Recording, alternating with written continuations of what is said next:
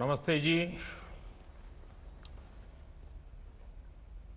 देश में चल रहा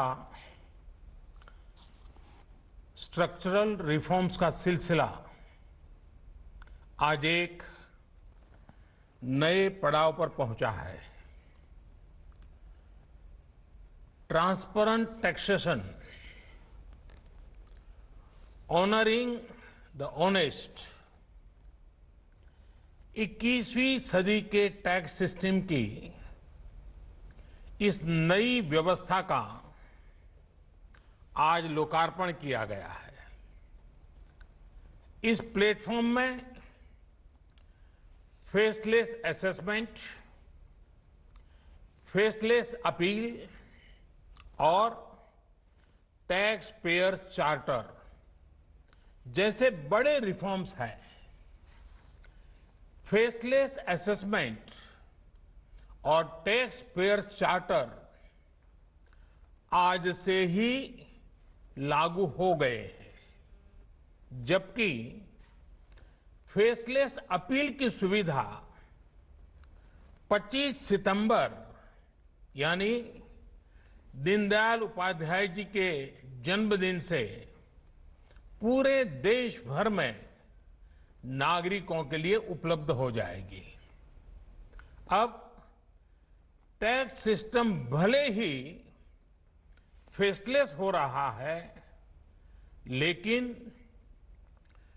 टैक्स पेयर को ये फेयरनेस और फियरलेसनेस का विश्वास देने वाला है। ये सभी टैक्स पेयर्स को इस महत्वपूर्ण तोहफे के लिए मैं बहुत बहुत बधाई देता हूं और इनकम टैक्स विभाग के सभी अधिकारियों को, हर छोटे मोटे कर्मचारी को भी बहुत बहुत शुभकामनाएं देता हूं।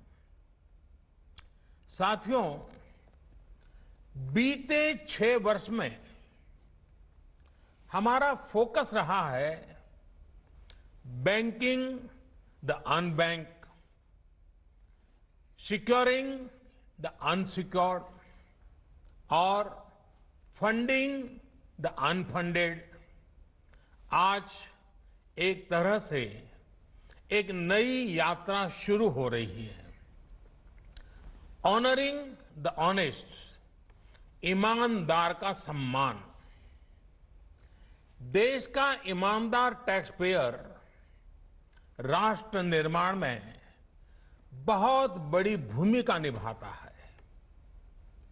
जब देश के ईमानदार टैक्स पेयर का जीवन आसान बनता है, वो आगे बढ़ता है, तो देश का भी विकास होता है, देश भी आगे बढ़ता है। साथियों, आज से शुरू हो रही नई व्यवस्थाएं, नई सुविधाएं मिनिमम गवर्नमेंट, मैक्सिमम गवर्नेंस, इसके प्रति हमारी प्रतिबद्धता को और मजबूत करती है। ये देशवासियों के जीवन से सरकार को, सरकार के दखल को कम करने की दिशा में भी एक बड़ा कदम है। साथियों, आज हर नियम कानून को, हर पॉलिसी को प्रोसेस और पावर सेंट्रिक अप्रोच से बाहर निकालकर उसको पीपल सेंट्रिक और पब्लिक फ्रेंडली बनाने पर बल दिया जा रहा है। ये नए भारत के नए गवर्नेंस मॉडल का प्रयोग है और इसके सुखद परिणाम भी देश को मिल रहे हैं। आज हर किसी को ये एहसास हुआ है कि शॉर्टकट्स ठीक नहीं है। और हमारे यहां तो रेलवे स्टेशन पे लिखा जाता है shortcut will you cut you short. गलत तौर तरीके अपनाना सही नहीं है।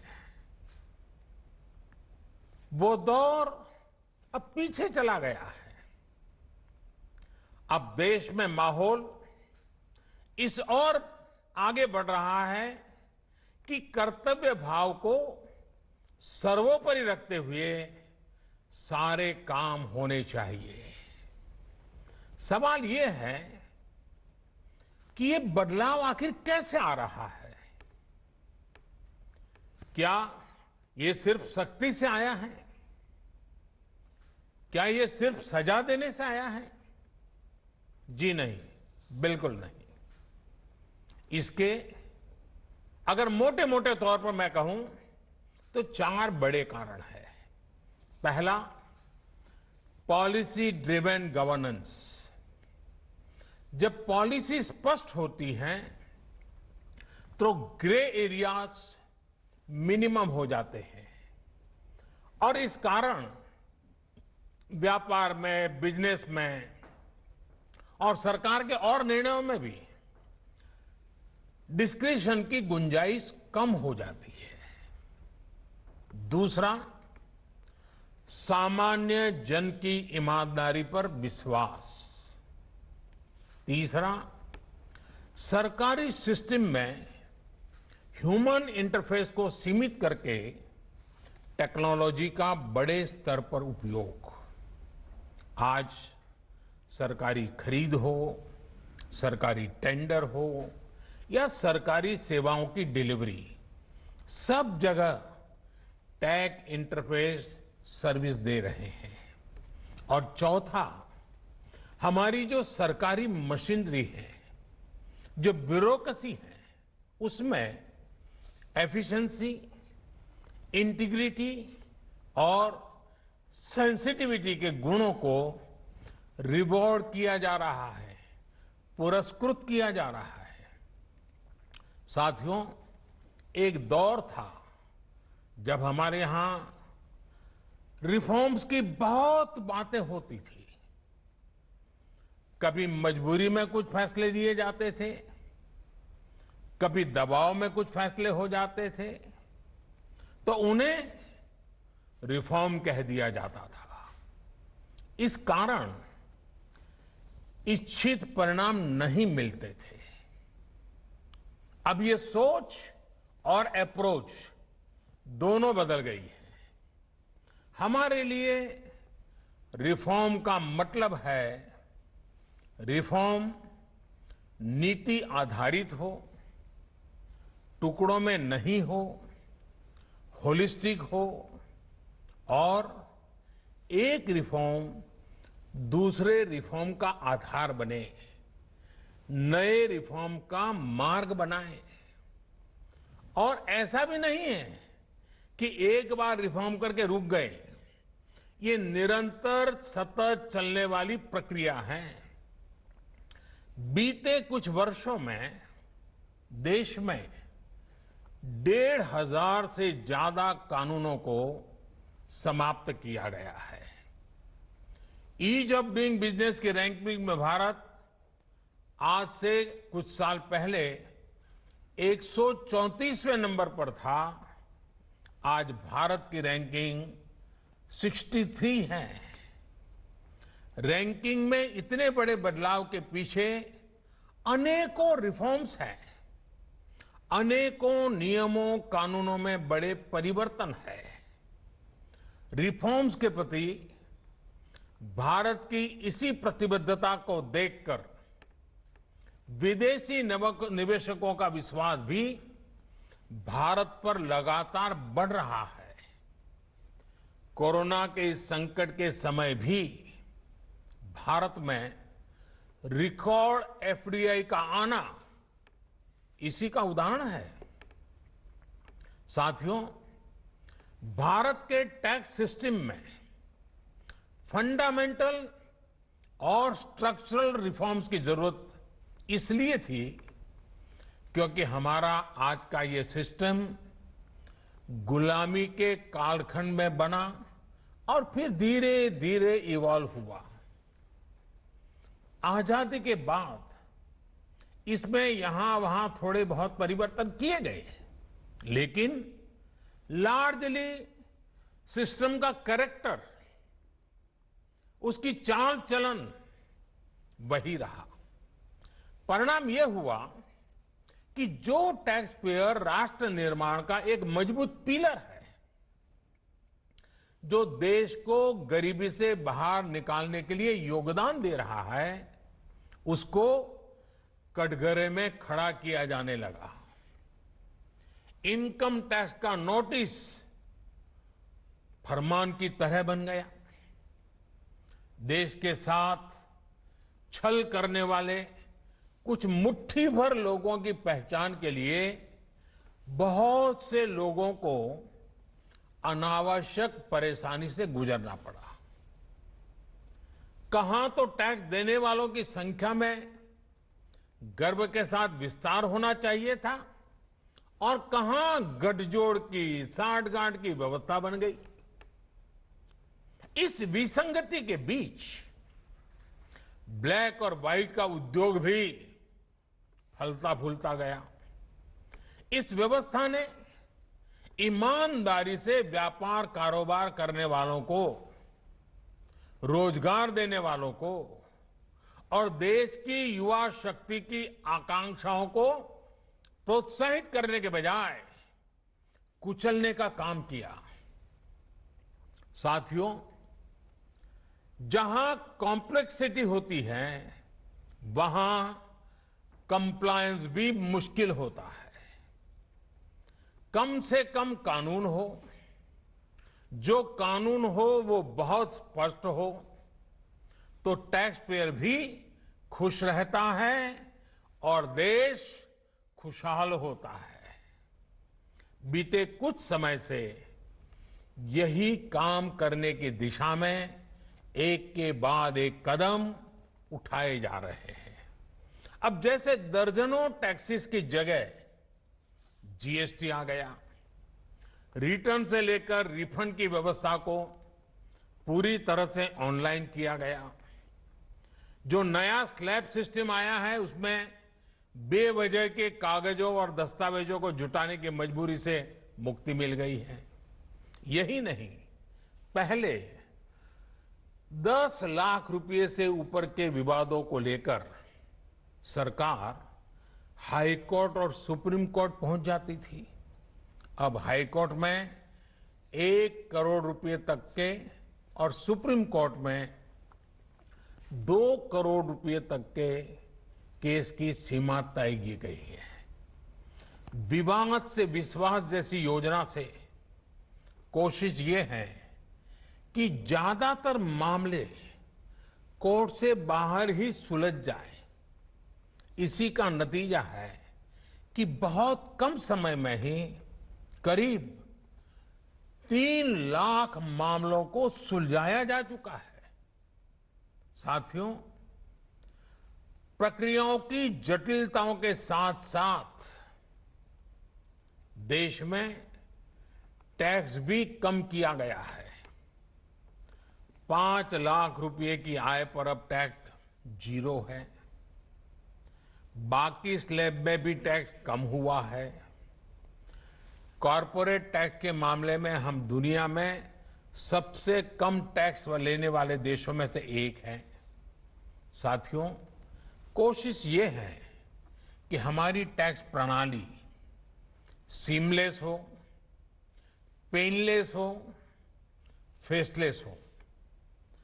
सीमलेस यानी टैक्स एडमिनिस्ट्रेशन हर टैक्स पेयर को उलझाने के बजाय समस्या को सुलझाने के लिए काम करे।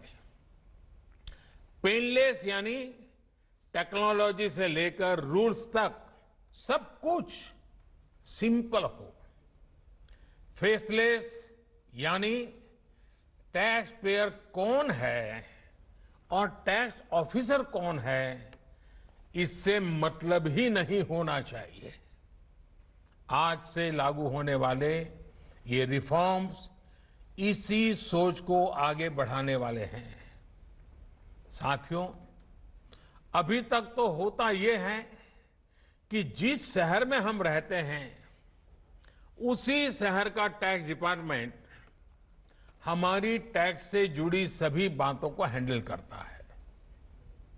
स्क्रूटिनी हो, नोटिस हो, सर्वे हो या फिर जब्ती हो, इसमें उसी शहर के इनकम टैक्स डिपार्टमेंट की आयकर अधिकारी की मुख्य भूमिका रहती है। अब ये भूमिका एक प्रकार से खत्म हो गई है। अब इसको टेक्नोलॉजी की मदद से बदल दिया गया है। अब स्क्रूटिनी के मामलों को देश के किसी भी क्षेत्र में किसी भी अधिकारी के पास रैंडम तरीके से आवंटित किया जाएगा।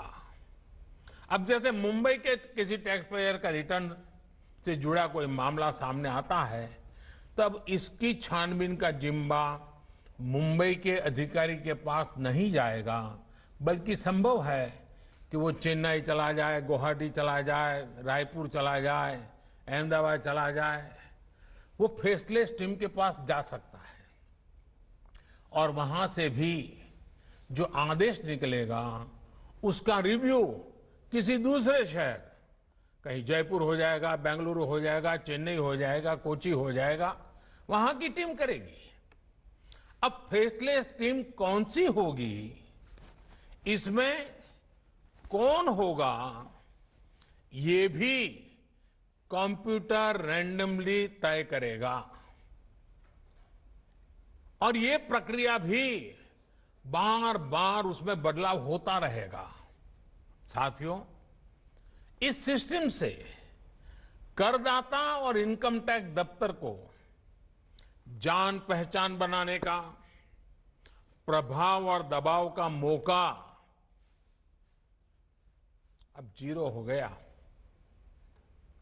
सब अपने अपने दायित्व के हिसाब से काम करेंगे। डिपार्टमेंट को इससे लाभ ये होगा कि अनावश्यक मुकदमेबाजी बचेंगे उससे। दूसरा, ट्रांसफर पोस्टिंग में लगने वाली गैर जरूरी ऊर्जा से भी अब राहत मिलेगी।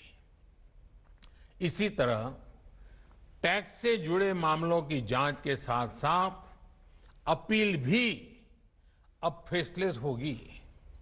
साथियों, इस एक महत्वपूर्ण रिफॉर्म के साथ साथ आज भारत एक बहुत महत्वपूर्ण कदम उठा रहा है और वो है टैक्स पेयर चार्टर। ये टैक्स पेयर चार्टर भी देश की विकास यात्रा में बहुत बड़ा कदम है और टैक्स पेयर के लिए अधिकार और कर्तव्य दोनों को संतुलित करने का और सरकार की जिम्मेवारी पक्की करने का ये बहुत अहम कदम है। टैक्स पेयर को इस तरह का सम्मान और सुरक्षा देने वाले दुनिया में बहुत कम देश है, गिने चुने देश हैं। लेकिन अब भारत भी इस महत्वपूर्ण कदम की ओर अपने आप को ले जाकर के उसमें शामिल हो गया है। अब टैक्स पेयर को उचित, विनम्र और तर्क संगत व्यवहार का भरोसा दिया गया है। यानी आयकर विभाग को अब टैक्स पेयर की डिग्निटी का संवेदनशीलता के साथ ध्यान रखना होगा। अब टैक्स पेयर की बात पर विश्वास करना होगा। डिपार्टमेंट उसको बिना किसी आधार के ही शक की नजर से नहीं देख सकता। अगर किसी प्रकार का संदेह है भी तो टैक्स पेयर को अब अपील और समीक्षा का भी अधिकार दिया गया है। साथियों, अधिकार हमेशा दायित्वों के साथ आता है, कर्तव्यों के साथ आते हैं। इस चार्टर में भी टैक्स पेयर से कुछ अपेक्षाएं की गई हैं। टैक्स पेयर के लिए टैक्स देना या सरकार के लिए टैक्स लेना ये कोई हक का अधिकार का विषय नहीं है, बल्कि ये दोनों का दायित्व है, जिम्मेवारी है, कर्तव्य है, रिस्पॉन्सिबिलिटी है। टैक्स पेयर को टैक्स इसलिए देना है क्योंकि उसी से सिस्टम चलता है। देश की एक बड़ी आबादी के प्रति देश अपना फर्ज निभा सकता है और उज्जवल भविष्य की ओर कदम भी रख सकता है।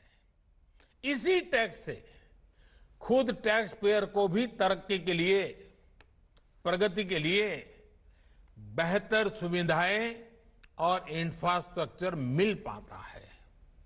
वहीं सरकार का ये दायित्व है कि टैक्स पेयर की पाई पाई का सदुपयोग करे। ऐसे में आज जब करदाताओं को सुविधा और सुरक्षा ये दोनों मिल रही हैं, तो देश भी हर टैक्स पेयर से अपने दायित्वों के प्रति ज्यादा जागरूक रहने की अपेक्षा करता है। साथियों, देशवासियों पर भरोसा, इस सोच का प्रभाव कैसे जमीनी पर नजर आता है, ये समझना भी बहुत जरूरी है। वर्ष 2012-13 में जितने टैक्स रिटर्न होते थे उसमें से 0.94% की स्क्रूटनी होती थी। वर्ष 2018-19 में ये आंकड़ा घटकर 0.26% पर आ गया है। यानी केस की स्क्रूटनी करीब करीब 1/4 हो गई है, 4 गुना कम हुई है। स्क्रूटनी का 4 गुना कम होना अपने आप में बता रहा है कि बदलाव कितना व्यापक है। साथियों, बीते 6 वर्षों में भारत ने टैक्स एडमिनिस्ट्रेशन में गवर्नेंस का एक नया मॉडल विकसित होते देखा है। We have decrease complexity, decrease taxes, decrease litigation, increase transparency, increase tax compliance, increase trust on the tax pair.